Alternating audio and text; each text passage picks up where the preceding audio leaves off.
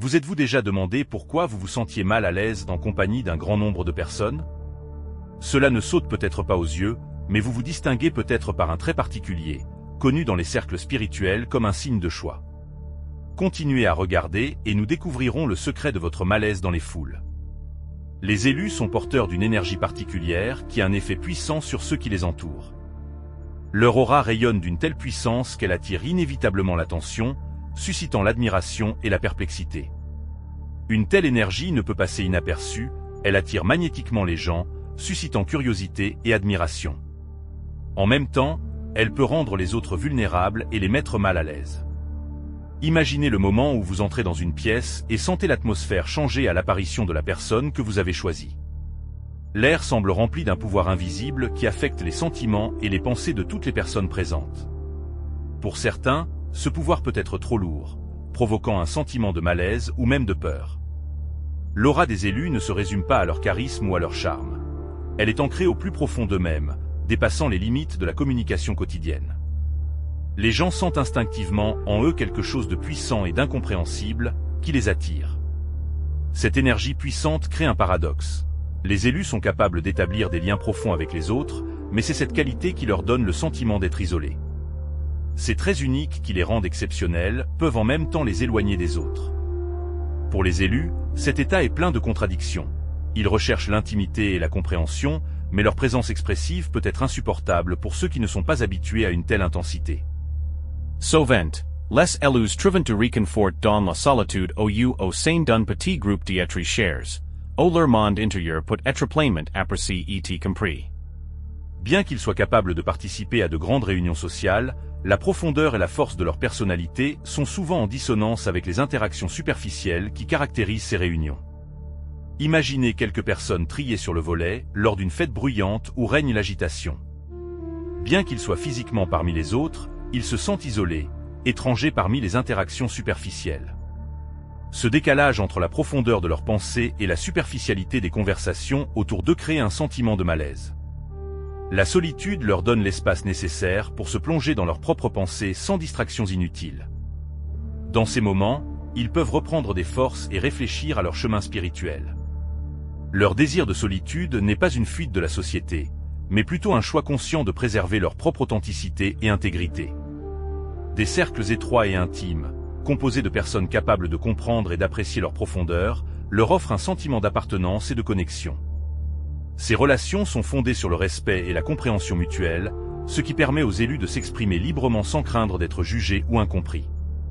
Pour les élus, le principe de la qualité plutôt que la quantité revêt une importance particulière dans le contexte des relations sociales. Ils privilégient les relations profondes et significatives plutôt que de se disperser dans une multitude de connaissances superficielles. Ce choix en faveur de la solitude et d'un cercle social étroit ne doit pas être interprété comme un rejet de la communication avec les autres.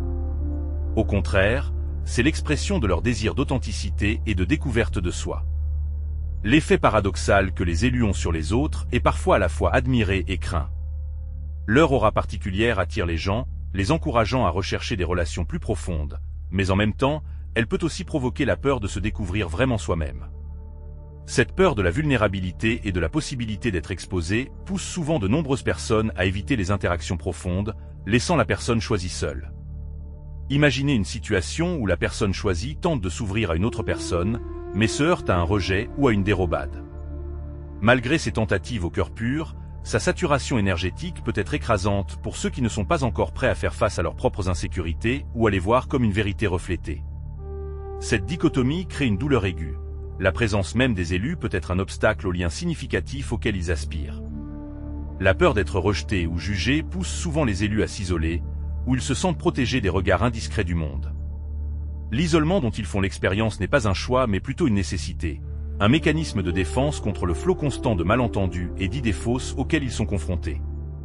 Plutôt que de courir le risque d'être rejetées ou incomprises, elles préfèrent se replier sur elles-mêmes, trouvant réconfort et compréhension au sein de leur propre communauté. Dans la vie des personnes qu'ils ont choisies, la recherche de liens véritables et profonds se transforme souvent en un voyage plein d'aspirations et de déceptions. Leur énergie puissante et leur profondeur peuvent être écrasantes et même décourageantes, ce qui pousse les gens à éviter l'intimité. En fin de compte, au lieu de la profondeur souhaitée, ils se retrouvent entourés de superficialité, incapables d'étancher leur soif de véritable unité. Imaginez, l'élu, qui s'efforce de rencontrer l'âme sœur capable de résister à la pression de ses sentiments et de comprendre les profondeurs de son monde intérieur, n'est confronté qu'à des déceptions répétées. Quels que soient ses efforts, trouver une personne désireuse et capable de nouer une relation profonde s'avère être une tâche impossible. Mais cette lutte ne se limite pas au monde extérieur. À l'intérieur des élus eux-mêmes, une bataille fait rage contre leurs propres peurs et leurs propres doutes. Ils sont hantés par la peur d'être effrayés par leur intensité, de briser l'espoir de trouver un jour une véritable connexion. Ce sont ces conflits intérieurs, parfois inavoués, qui peuvent s'avérer l'obstacle le plus sérieux à l'union tant attendue avec l'être aimé. Malgré toutes les difficultés, les élus ne s'écartent pas du chemin choisi et ne perdent pas leur présence d'esprit. Ils savent que la véritable intimité est un don rare, et ils sont prêts à faire tous les efforts nécessaires pour l'entretenir. Même si la recherche est semée d'embûches, ils ne se contenteront pas de moins qu'une véritable connexion d'âme. Le chemin des élus n'est pas seulement une quête de compréhension et d'intimité, mais aussi une sorte de combat spirituel. Leur présence est comme un miroir qui reflète impitoyablement l'hypocrisie et la fausseté du monde qui les entoure. C'est cette vérité sans phare qui provoque la résistance et même l'agression de ceux qui vivent confortablement dans de fausses conventions. Imaginez, l'élu, contestant l'injustice, s'opposant à l'ordre obsolète des choses. Il est alors confronté à une violente réaction de la part de ceux qui profitent du statu quo. Cependant, malgré le rejet et la condamnation, l'élu reste fidèle à ses principes et ne marchande pas avec sa propre conscience. Il prend clairement conscience de son destin. Être un guerrier de la vérité et résister dignement aux attaques et à l'injustice. Ce combat spirituel ne se déroule pas seulement dans le monde extérieur. Les élus mènent des batailles non moins féroces à l'intérieur d'eux-mêmes, confrontés à leurs propres démons et à leurs propres ombres. Le chemin vers la lumière passe par l'obscurité. Les élus doivent constamment aligner leurs actes sur leurs valeurs et rester fidèles à eux-mêmes, même au bord de l'abîme de la tentation. Le chemin solitaire est épineux et difficile, mais il est rempli d'un sens profond. Il leur permet de contribuer à l'évolution de la conscience humaine, en éveillant les forces dormantes de l'esprit collectif. Au départ, les élus ne s'intègrent pas dans le lit de Procruste du courant dominant et des normes généralement acceptées. Leurs opinions, leurs valeurs, leur énergie même les distinguent de la foule, les faisant se sentir comme des étrangers à la célébration de la vie, où l'essentiel est de ne pas se démarquer, de se conformer au modèle. Et ils ont beau essayer de se fondre dans la masse, ils ne parviennent pas à étouffer ce sentiment d'altérité, d'être toujours et à côté de la plaque. Mais ce sentiment n'est ni une malédiction, ni une faiblesse, il fait partie intégrante de leur singularité. Les élus regardent le monde à travers un prisme particulier qui leur permet de voir ce qui est caché aux autres. Ils remettent en question les vérités conventionnelles, recherchent un sens plus profond au-delà des limites des attentes imposées. Ils trouvent le réconfort dans la solitude ou dans un cercle de personnes partageant les mêmes idées et capables d'apprécier et de comprendre leur singularité. Ces communautés sont comme des ports sûrs où ils peuvent être eux-mêmes sans craindre d'être jugés ou rejetés. En assumant leur altérité, les élus ouvrent de nouvelles voies et de nouveaux horizons pour nous. Ils nous rappellent que la véritable appartenance ne naît pas dans le monde extérieur, mais à l'intérieur de nous-mêmes. C'est l'acceptation de sa vraie nature, la fidélité à soi-même, même face à l'incompréhension et au rejet. Les élus sont attirés par leur destin d'une manière qui va bien au-delà de l'ordinaire. Ils sont animés par un but supérieur qui exige un dévouement total sur le chemin de la découverte de soi et du développement spirituel. Cet appel à la grandeur n'est pas une suggestion, mais une connaissance intérieure profonde qui les pousse à chercher un sens et un accomplissement bien au-delà des limites du quotidien. Imaginez, l'élu ressent l'appel de son destin. Tel un phare lointain, il l'invitait à suivre le vrai chemin. Et même si des difficultés et des doutes l'attendent, il ne peut résister à cet appel. Pour les élus, la solitude n'est pas seulement un passe-temps agréable, mais une décision consciente qui sert leur objectif supérieur. Dans le silence, ils cultivent le jardin intérieur de leur âme, plongeant dans les profondeurs inexplorées de leur être et se connectant aux énergies universelles qui se trouvent bien au-delà du matériel. Le fait d'embrasser leur objectif leur donne la clarté et la conscience de leur propre mission, et ce sentiment devient une boussole dans le chaos de la vie. Ils réalisent que ce qui leur arrive n'est pas un accident, mais fait partie d'un plan plus vaste. Et même s'ils doivent surmonter des obstacles seuls, les élus ne s'écarteront pas du chemin qu'ils ont choisi, car ils savent que ce chemin n'est pas seulement leur propre accomplissement, mais aussi leur contribution au bien commun, au service des idéaux les plus élevés de l'humanité. La clé pour les élus est l'acceptation d'eux-mêmes.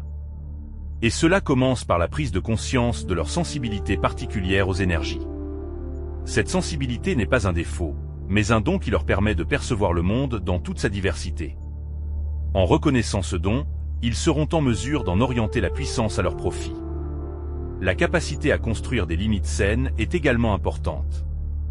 Les élus sont souvent entourés de beaucoup d'attention, il est donc vital pour eux de protéger leur monde intérieur et de maintenir un équilibre émotionnel. La capacité à dire non et à faire passer ses intérêts en premier n'est pas un simple caprice, mais une nécessité. Le développement de la force intérieure des élus est un processus continu. Il s'agit de cultiver la résilience face aux difficultés et de trouver en soi la source de la paix. C'est le respect de soi qui permet aux élus de surmonter les défis de la vie avec dignité. Et c'est dans la pleine conscience et l'introspection qu'ils puisent leur force intérieure. L'acceptation de soi est la capacité de s'accepter en entier, avec toutes ses imperfections. Si vous êtes encore parmi nous, je vous remercie de votre attention. Si vous souhaitez en savoir plus, abonnez-vous à notre chaîne, votre soutien est inestimable. Partagez vos impressions dans les commentaires et n'oubliez pas la cloche pour ne pas manquer les nouvelles vidéos.